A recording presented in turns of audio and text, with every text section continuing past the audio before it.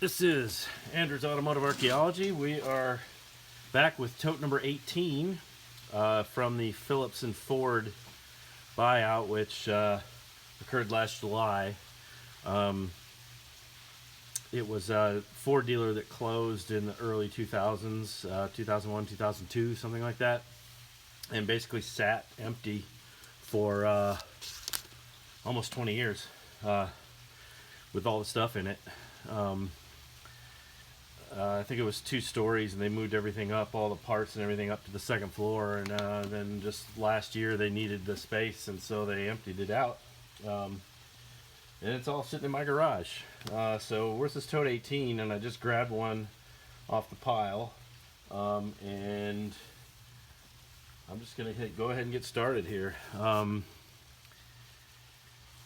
Okay, that's a rod bearing OBA. That is it's not a complete set. This is that's a connecting rod bearing OBA. That would be 1950 part number. That is for Flathead. That's a Flathead prefix. The last generation of Flathead is not a complete set. Spindle bolt kit, BA 50s. Okay, I'd have to look at that and make sure that that is complete. Let's see, it should have 2 bearings, 4 of those, 6 of those, okay. And it should have 2 of these, so it's missing one of the actual spindle bolts. This was prior to the 1950s. This is how they attached the front spindle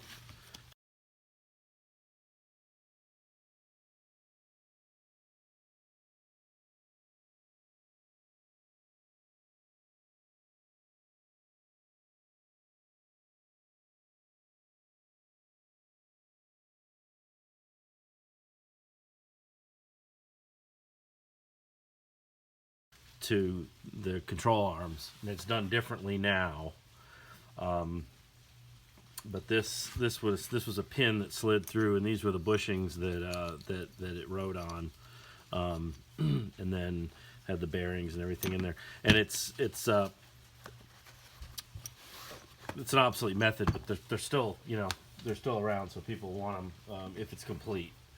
If it's complete, I could probably get $25 for it. I'll keep my eyes open for the other part, but if it doesn't show up, then it's probably not worth anything. I stored it in with a lot. That is a filter element. Not really worth anything by itself. Maybe. I've had some filters that I was able to sell because I had a lot of them, and they were like $4 or5 a piece. But when you have 100 of them, it's worth it. Let's see what else here. OHA 633A, 633A. Those are. I think those are main bearings. What is that? 6211 is a connecting rod bearing. These are main bearings. It's a complete set. This is for the H engine, the 226, the 2nd generation of the Flathead straight 6. Those are worth selling. Looks like I've got a few more sets here. D, crankshaft main front. 63A, so it's a D. It's a different suffix, so I'll have to look at it and see, but it's going to be a sized bearing. That's going to be the same. That is another of the same, different size. There's a whole bunch of bearings and stuff in here. B8A. Okay, those are going to be probably for a Y block, maybe. It's a full set, looks like. Those are these will sell. I mean, the Y block stuff is kind of hard to find, so people buy that. 7HA. That's another. Grab that thing that fell down here. That's another set from the H engine. Anything where the 2nd digit of the prefix is an H, that's going to be for the H engine. This looks like another spindle bolt kit. spindle bolt kit APA. 1948 to 50. I can't read it. 48 to 52 or 53 probably. Passenger 49 and 50. Okay, so that's for the first two years of the shoebox Ford. Those are pretty popular. This is okay. It's almost empty. Can't tell what's in there. That'll probably end up either in the garbage or as a lot. No, there's a lot of stuff in this tote, man. These are bump stops for A-arms, more than likely. They're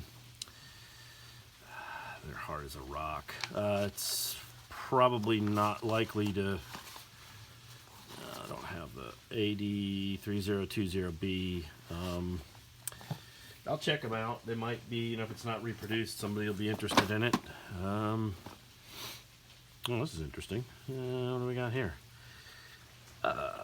Old Town Speed, Efficiency, and Economy, made by Old Town Ribbon and Carbon Company, Inc. Okay, so, wow, that's a nice little tin.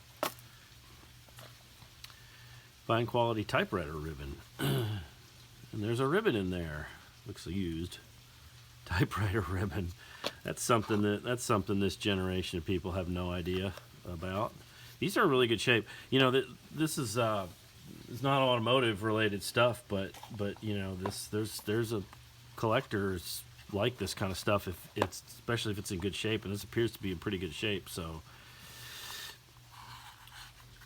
pens. Oh, these are wow.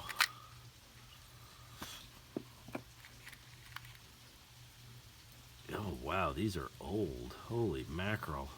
So I don't know if you can see this, but there's a slot right there in the middle, and the tip is over here. And this is one of these things where you either dip it in the ink or you use an eyedropper or something to put the ink, and the surface tension holds it in that slot. And then it runs down this little groove to the tip as you're writing it. And when you run out of ink, you gotta fill it back up again. So that's interesting. These might be worth something. I'm gonna bring this in.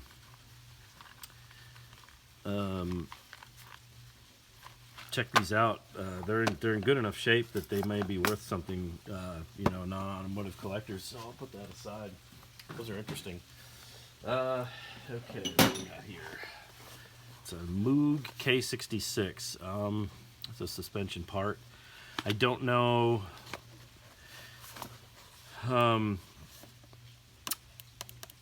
That's the thing about these aftermarket parts, is this may be a Ford part, but Moog, what, somebody wrote it down here on the box, 8A3352B, so you know they recognize that as a problem even then. They have their separate part numbers, and so you don't really know what the part is unless you have a Moog catalog from this particular time period. So I'll look that up. This may be a kit rather than this one piece, so it may be missing some things, but the one piece might still be worth something. Wow, okay, so there's a whole bunch of, here's another one. I don't know if that's the same one or not. Nope. I don't know what that is. Suspension bits, 1A, that's got a part number on it, that's helpful.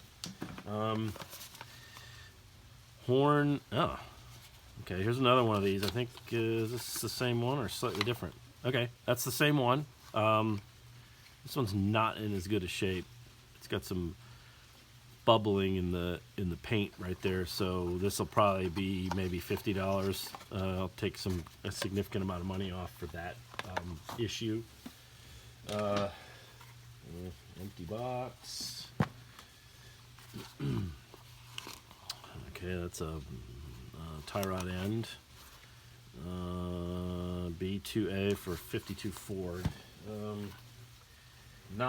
Probably not worth anything unless you have a pair. That's not. Yeah, that'll probably end up as in a lot.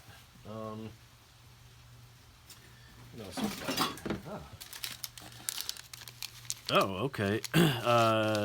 Some piston rings for part numbers BS 6149A. So 6149, this would have been there were two part numbers for ring sets.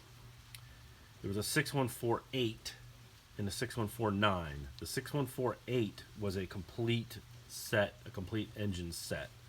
6149 part number was a partial set, usually 2 cylinders worth. And you would have to put them together, you know, like if you wanted a V8, you have to buy 4 sets. That's for some reason Ford started doing that in the 1950s. Not really sure why, but I guess it's if you needed a partial re-ring, you didn't have to buy all 8 cylinders or 6 cylinders or whatever. These are for the 4-cylinder 1928 to 1934. So the Model A, basically, it is a, what is it? Section. This is a steel section. They had different.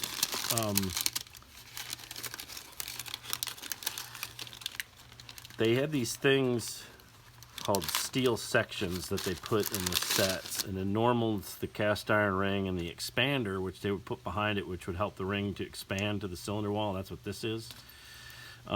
These are the sections. They go on the top and the bottom, and they would. These were for engines that were a little bit worn out, and that would help to improve the performance. So without having to machine the block and go oversized and all that, they could put the set of rings in there and it would improve the performance. These, I can tell you unequivocally, are worth nothing. So I've had these sets and they've sat around and nobody buys them. So those will end up in the garbage. Here's an upper spindle support kit. I'll look that up. There's a whole bunch of stuff in here.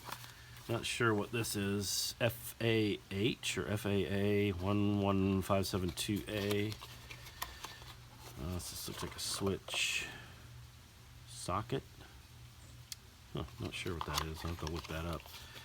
That's an unusual part. That may end up being worth something, especially if it's, you know, Dennis Carpenter doesn't have any. There's a single bearing. It's not, the part number's faded, but it doesn't matter because a single bearing is worthless. Okay, now the rest of this is full of carburetor parts.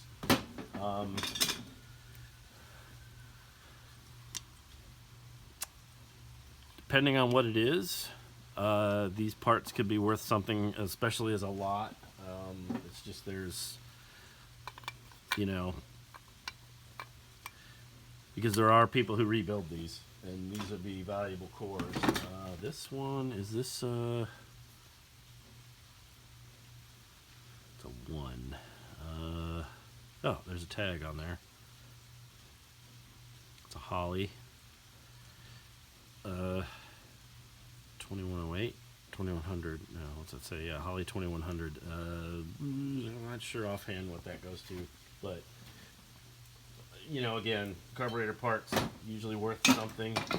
I'm gonna put these off to the side. In a box. Let me just grab a box here. Somewhere I got a box. Oh, here we go. Look at this handy dandy wooden crate. There we go. Now, as I come to them, I can just drop them in this crate. And more than likely, what I'll end up doing, putting these up as a whole lot, flat rate shipping. They usually get bought by rebuilders. Oh, that looks like a Holly 4-barrel. This might be worth something separately. They sometimes a lot of times they get warped. Okay. There is a pitman arm for a big truck.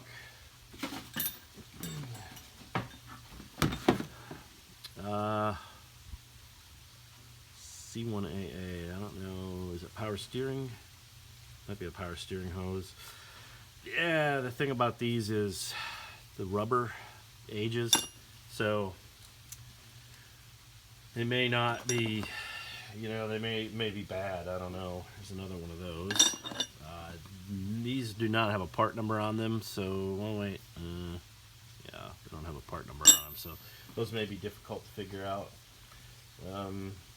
More carburetor parts. Front oil seal assembly, that could go in a lot. Let's see. Front camshaft ERG. Or is that BRG? That's a bearing. Okay, so that's BRG. It's hard to read. Those are going to be probably not worth anything by themselves. Here is a complete piston set for a 8BA. This is the final generation of the 239 and 255 Mercury. I had a whole bunch of this stuff from the Little Dearborn buyout I did in 2016. And you know, they sell if they're complete, but you know, this is what happens with these. Okay, first of all, there's supposed to be 8 packages in there, and there's only 3. And this one, they'd be in these little sleeves here. For each one represents a groove for the piston, right? But this one's completely empty, and this one's missing. I mean, they're missing. It's just, yeah, and partial. It's not worth anything. These don't sell. This one feels like it's thin. This one's probably complete, but you know, it's just it'll occupy the same space in the garbage with those. Unfortunately, it's a shame that vintage parts like this go in the garbage, but there's nothing I can do with them. Absolutely nothing I can do with them. I can't even give them away. So I'll just file that for future consideration. Actually, I'm gonna hang on to that because if I do find another partial set in this tote, I maybe can put them together, but I wouldn't hold my breath. CPA 6 chrome top ring. These are for 6-cylinder aluminum pistons, probably for this one right here, 7HA. Yeah, standard size. This it looks like a complete set, so I'll probably put that in a lot and get rid of it. I sold a lot of those piston ring sets. I mean, when I say piston ring sets, I was bidding on the stuff online based on pictures, and they would show me a picture of a shelf, and I was bidding, and I would buy, you know, I paid like $30 for this shelf of piston sets, and it would have like 12 piston sets on the shelf. So okay, I'm bidding on 12 piston sets, paid $30 for it. Well, I get there, and I completely miscalculated how many totes and how much space this was going to take up, because it wasn't just 12, because it was 5 sets deep. So each shelf, instead of having the 12 that I thought, had 60. So I had probably, I would say easily 20 to 25 totes of just piston ring sets, for Flathead, mostly Flathead, but also the Flathead 6 and some other stuff. So what I ended up doing as I got toward the end of it was I ended up bunching it all together, selling them as lots. I did that late last year. There's a main bearing 1cm. That's not really going to be worth anything by itself. These are used pistons for the H engine. There's 3 of them in here, so not a complete set. Are they used? They may, no, I don't think they are. I think, well, it's hard to tell, because sometimes they do coat these with like a cosmoline. Yeah, those could be new, but oh, there's 2 of them in there. Okay, here is a 8. Yep, that's an 8BA. It is 0025 oversized, so just a little cleanup. That's what that other set would go to. This one, although this is a standard size rather than a slightly oversized, but that's the piston that those went on, 4 grooves. In and of itself, not worth anything. Man, it is cold out here. It was. It's just something about the weather here in Memphis. Is yesterday, it was 80 degrees. I had the air conditioning on in the truck. Actually, for the last 2-3 days, I had the air conditioning on in the truck.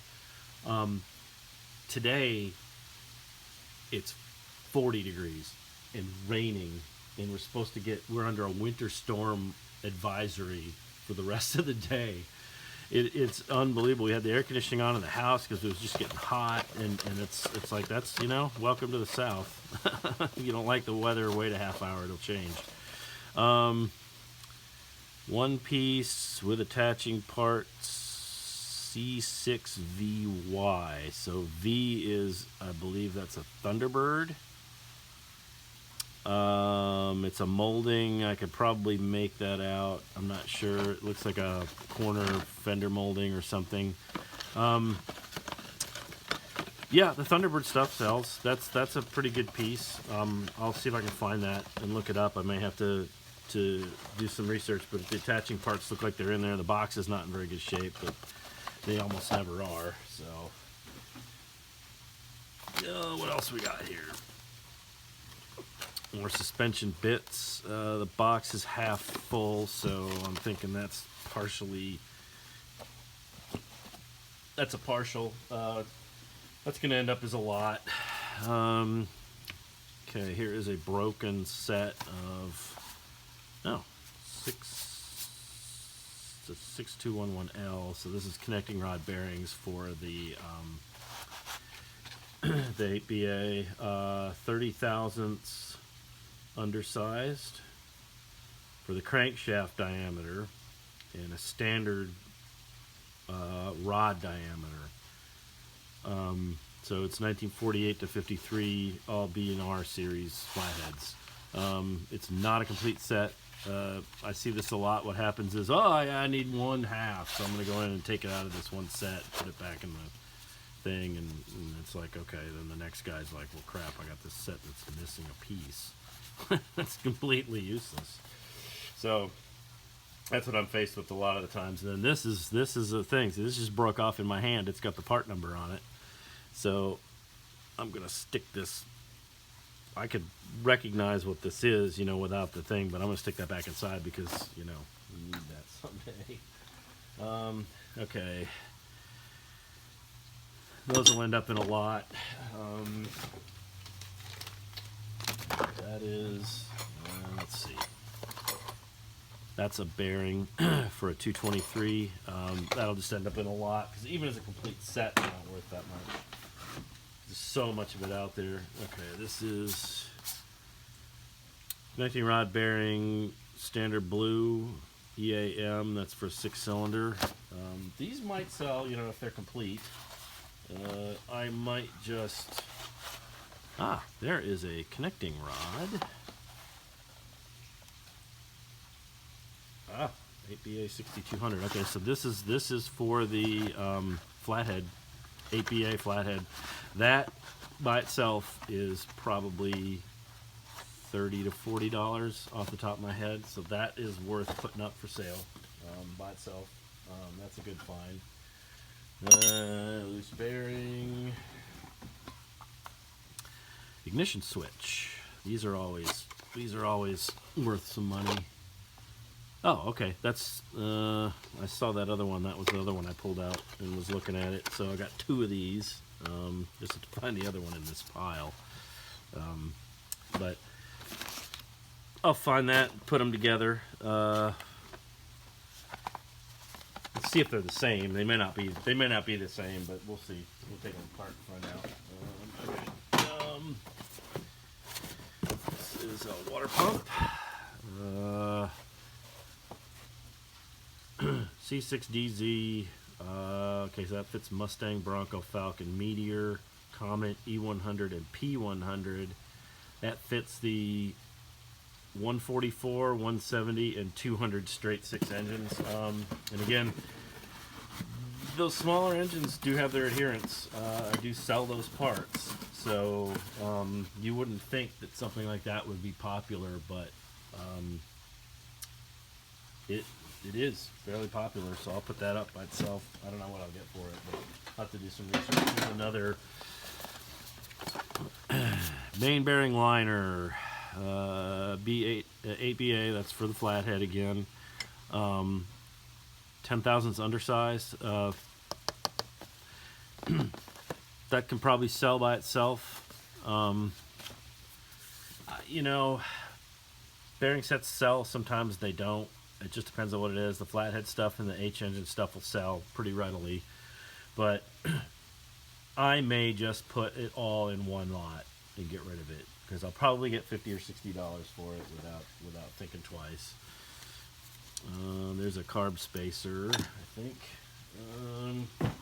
Okay, now we are down to, all right.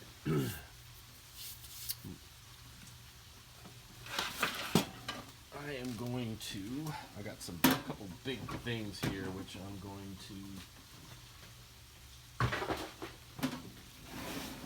that's why this thing is so heavy, holy mackerel. Ugh.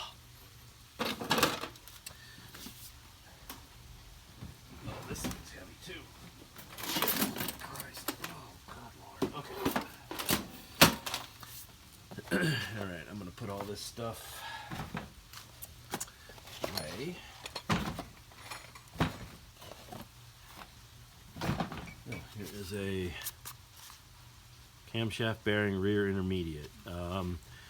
That's a lot. So I'm going to sort through this stuff as I list it, and I'll look things up individually, and I'll have a box.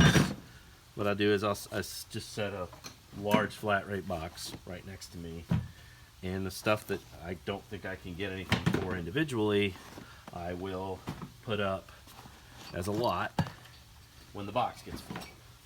So the flat rate box gets full, and then I'll put that up as a lot. And it's a little bit off-putting sometimes to people, because I'll get people that will buy multiple auctions and they'll say, can you combine shipping? And I'll just say, no, I can't, because everything is already parceled out into these flat rate boxes, and the chances are, it's usually heavy, the chances are it'll actually cost you more to combine it, because the flat rate shipping is such a good deal. But that doesn't happen too often. I'm going to put all this stuff away because I got these two huge cases that were here. This thing was heavy. This tote weighed like 100 pounds, and I wasn't sure why. I thought it was because of the carburetor parts in it when I opened it up, but it's got these two things in it, really heavy cases. Shims, body shims. Interesting. Yeah, these are basically body shims. There's a remnants of a tag, I guess it's an inventory up here or something. These are not in very good condition. You know, I don't know. These specialized ones might be worth something, but you can get shims. I mean, I bought a box of body shims at a swap meet for $10, and that was what I used on the Chevelle. What's this? Idle arm. Oh, idle arm take-up kit. Okay, that's a Champ Items, I think. Yeah, Champ Items is still around. I looked them up. I think they're still around making replacement parts. It's an idle arm rebuild kit. That may be useful to sell that alone. Yeah, I'll put this up, for an auction starting at $9.99. I mean, these are not in very good shape. The zinc has deteriorated. They got that white rust on them. Some of them are good. If you clean them up, they might look right, but they're not a restorer's dream because they're not in perfect condition. But, who knows? Somebody will find them interesting. And then I got this. Oh, this was the heavy thing. This was the reason. This is a Snap-on Kingpin puller set. It Vintage Snap-on Tools. Wow, this is, I don't know if there's a date. Master Set CG220A Kingpin and Perch Pin Puller. Containing all 4 bolts shown in illustration except CG21Q and CG21R. So, let's see. See if these... Okay, there's stuff in here that's not on the illustration, of course. Okay, so that's in there. Okay, there's one of those. And that. That is in the set. This.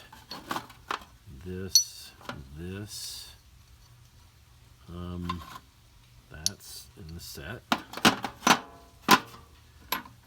There's supposed to be, let's see. Okay, there's that's in there. That's part of the set. These are not. Wait. Yeah, that's part of the set. That's part of the set. I don't know what these are, if they're part of the set or not. Looks like it's complete. There's that piece is in there. Okay, there's supposed to be 2 of these. 1, 2. Don't know about the rest of this stuff. Doesn't look like it's on the picture. So there's some extra pieces in here, but it looks like it's reasonably complete, which is cool. A vintage Snap-on tool set. I'll have to look that up, but I bet you that's worth a fair amount of money. Looks like there's more stuff in here than there's supposed to be, so I might have trouble getting this closed. But yeah, it doesn't close. Yeah, it does. So anyway, on that note, as usual, thanks for watching.